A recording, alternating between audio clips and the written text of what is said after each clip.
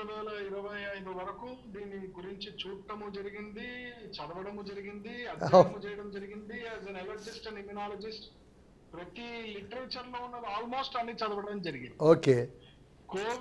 Covid మళ్ళీ రావడం అనేది అబద్ధం అండి. కోవిడ్ ఎక్కడికి పోలేదు, ప్రజల్లోనే ఉంది.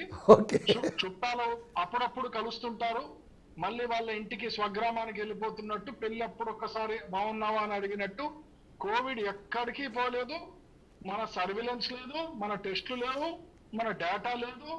దాని వల్ల అదిగో పులి అంటే ఇదిగో తోక, ఇదిగో పులి అంటే అదిగో తోక అని సింగపూర్, చైనా వాళ్ళు కొత్త వేరియంట్ వచ్చిందనగానే ఇప్పుడు హడావిడి చేసేసి మనం చేస్తున్నాము. ఈ కోవిడ్ వైరస్ మ్యూటేషన్స్ భారతదేశంలో చాలా విధాలుగా ఎన్నో మ్యూటేషన్స్ జరుగుతూనే ఉన్నాయి. అప్పటి వరకు ఎవరు పట్టించుకోలేదు. ఇప్పుడు మనం టెస్టులు చేయడం జరుగుతోంది.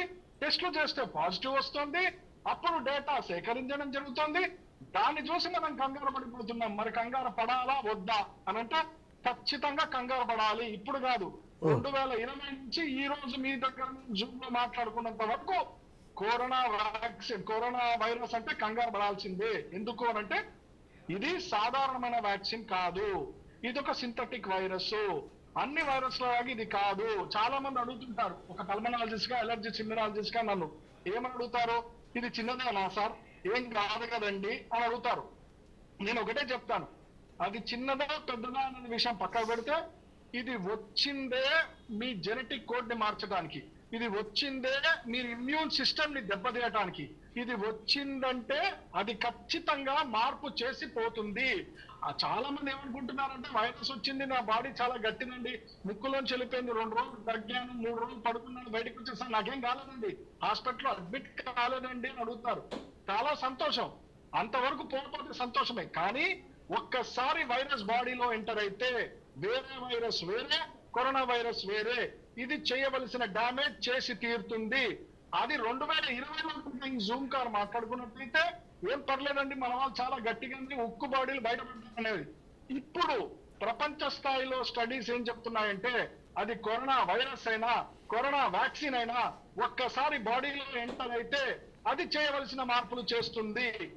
మే 21, 2025 యుఎస్ సెనేట్ సబ్ కమిటీలో ప్రపంచంలో జరిగిన అధ్యయనాలన్నీ తీసుకొచ్చి వాళ్ళు ఈరోజు సబ్మిట్ చేశారు. 2025 మే 1, ఈ రోజు మనం 27 అన్నాం, 5 రోజుల క్రితం ఇది యుఎస్ లో సబ్మిట్ చేశారు. అతి భయంకరమైన మార్పులు వస్తున్నాయి. ఇది రావటానికే ఇది సింథటిక్ వైరస్ గా వచ్చిందని. అందుకని ప్రజలు జాగ్రత్తగా ఉండాలి, భయపడాల్సిన అవసరం లేదు. జాగ్రత్త అంటే ఏమిటి? జాగ్రత్త అంటే ప్రిపేర్డ్నెస్.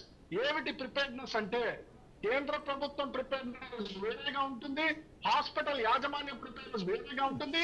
ఒక్క సగటు భారతీయుడు పెళ్ళాం బిడ్డల్ని కాపాడుకొని తన శరీరాన్ని తనని కాపాడుకోవాల్సిన బాధ్యత వేరే విధంగా ఉంటుంది. ఒక ప్రధానమంత్రి, ఒక కేంద్ర ఆరోగ్య మంత్రి, వాళ్ళ ప్రిపేర్డ్నెస్ ఆక్సిజన్ ఉందా, డ్రగ్స్ ఉన్నాయా లేదా, సపోర్ట్ ఉందా లేదా. ఒక హాస్పిటల్ యాజమాన్యం చూస్తాను, నా హాస్పిటల్లో ఎన్ని బెడ్స్ పెట్టాను, ఎంతమంది నర్సులు ఉన్నారు, అది వాళ్ళ ప్రిపేర్డ్నెస్. ఇవన్నీ చూసుకొని మనం జబ్బులు తెచ్చుకోవద్దు. ఇండివిజువల్ గా ఒక కుటుంబంలో, ఒక పరివారంలో నువ్వు యజమానిగా, పెద్ద మనిషిగా ఉన్నప్పుడు నీ వైటమిన్ డి ఎంత ఉంది, నీ వైటమిన్ జి ఎంత ఉంది, జింక్ ఎంత ఉంది, మెగ్నీషియం ఎంత ఉంది, ఈ 3 వాల్యూస్ ఎందుకు మాట్లాడుతున్నాము? కోవిడ్ 2020 నుంచి ఈ రోజు వరకు మృత్యు పట్టిన వాళ్ళల్లో వైటమిన్ డెఫిషియన్సీ డి కనపడుతోంది. కోవిడ్ వైరస్ ఇన్ఫెక్షన్ అయి లంగ్స్, ఇంటర్స్టిషియల్ లంగ్ డిసీజ్ పోయిన వాళ్ళల్లో జింక్ డెఫిషియన్సీ కనపడుతోంది. గుండె రకమైన మార్పులు వచ్చిన వాళ్ళల్లో మెగ్నీషియం డెఫిషియన్సీ కనపడుతోంది. ఇప్పుడు చెప్పండి, ఎంతమంది వైటమిన్ డి డెఫిషియన్సీ టెస్టులు చేయించుకుంటున్నారు, ఎంతమంది జింక్ వాల్యూస్ చూసుకుంటున్నారు, ఎంతమంది మెగ్నీషియం చూస్తున్నారు? ఒక ఇమ్యునాలజిస్ట్ గా, ఒక పల్మనాలజిస్ట్ గా నేను ప్రతి పేషెంట్ కి చూస్తుంటాను, 60% ఆఫ్ ద జనాభాలో వైటమిన్ డి డెఫిషియన్సీ కనపడుతుంది, 40% జనాభాలో జింక్ డెఫిషియన్సీ కనపడుతుంది, అదే మోతాదులో మెగ్నీషియం డెఫిషియన్సీ కనపడుతుంది. ఈ 3 మనల్ని కాపాడుతాయి. అది ఏ అయినా, అది తండ్రి అయినా, తల్లైనా, ముత్తాతైనా, ఇంకో బాబైనా, మనవడైనా, వైరస్ స్ట్రెయిన్ ఏదున్నా సరే, రోగి బలమా, రోగి బలమా, నువ్వా వాడా, ఆడెంత గట్టిమైన వాడగా నువ్వు గట్టిగా ఉన్నట్టయితే డ్యామేజ్ తక్కువై బయటపడే అవకాశం ఉంటుంది. ఇది ప్రజలు గమనించాల్సిన అవసరం ఉంటుంది. ఓకే సార్, నాగేశ్వరరావు గారు, ఒక విషయం చెప్పండి, విటమిన్ డి డెఫిషియన్సీ ఉంటుంది అని మీరు ఇందాక అన్నారు.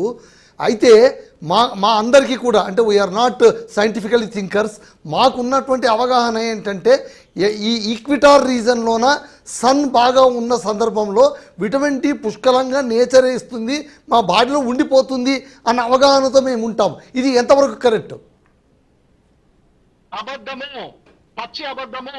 వైటమిన్ డి ఎండలో పోగానే వైటమిన్ డి పెరిగిపోతుంది అనుకోవడము, అది సైంటిఫిక్ గా ఒక పరంగా యాక్సెప్ట్ చేసినా మనం టెస్ట్ చేసి చూసుకోవాలి. ఎండలో పనిచేసే వ్యవసాయికి కూడా వైటమిన్ డి డెఫిషియన్సీ కనబడుతోంది. ఎందుకు అంటే కేవలం ఎండనే కాదు, your immune levels, your gut, పొట్ట, ఇవన్నీ కూడా దీంట్లో ఇంపార్టెంట్ రోల్ ప్లే చేస్తాయి. వైటమిన్ కే ఇది ఇంపార్టెంట్ రోల్ ప్లే చేస్తుంది. అందుకనే ఎండలో తిరిగాం కదా, వైటమిన్ డి చక్కగా ఉంటుంది కదా అనుకోవద్దు. ఇంకో కీలకమైన విషయం మీరు అడిగారు కాబట్టి నేను చెప్తున్నా, బయోలాజికల్ వాల్యూ ఒకటి ఉంటుంది, ఫంక్షనల్ మెడిసినల్ వాల్యూ ఇంకోటి ఉంటుంది. బయోలాజికల్ వాల్యూ ఎంత? వైటమిన్ డి 30 అయితే చాలా చక్కగా ఉందండి అని అంటారు. కాదు, 40-50 వరకు మీకు ఉండాలి. ఉంటే వ్యాధి నిరోధక శక్తి, ఇమ్యూన్ సిస్టమ్ చక్కగా పనిచేస్తుంది. ఒకవేళ కనుక 20-30 కాకుండా 20-10 మేము చూస్తున్నాం, 4-7 వైటమిన్ డి అంత తక్కువ ఉంటే ఎలా బాడీ కాపాడేది? అంటే బార్డర్ ట్రాఫిక్ పోలీసులు పెట్టారు, పాకిస్తాన్ బార్డర్ లో హైదరాబాద్ ట్రాఫిక్ పోలీసులు లాఠీ ఇచ్చి చలాలు ఇచ్చడానికి కారు పట్టుకొని నిలబడమన్నారు అక్కడ. అది ఎలా సాధ్యమవుతుంది? ఇది అర్థం చేసుకోవాల్సిన విషయం. ఓకే సార్, దయచేసి మీరు లైన్లో ఉండండి. నేను మళ్ళీ మీతో చాలా విషయాలు మాట్లాడాలి. ఇక్కడ మన గెస్టులతో కొంచెం మాట్లాడి మళ్ళీ మీ దగ్గరకు వచ్చేస్తాను. సార్ చెప్పండి సార్, సి చక్ర గారు మీతో మాట్లాడి మళ్ళీ నేను ఇంద్ర గారి దగ్గరికి వస్తాను. ఇప్పుడు మన నాగేశ్వరరావు గారు ఇమ్యూనలిస్ట్ ఏమంటున్నారంటే కరోనా పోలేదు, ఇప్పుడు వచ్చింది అంటున్నారు.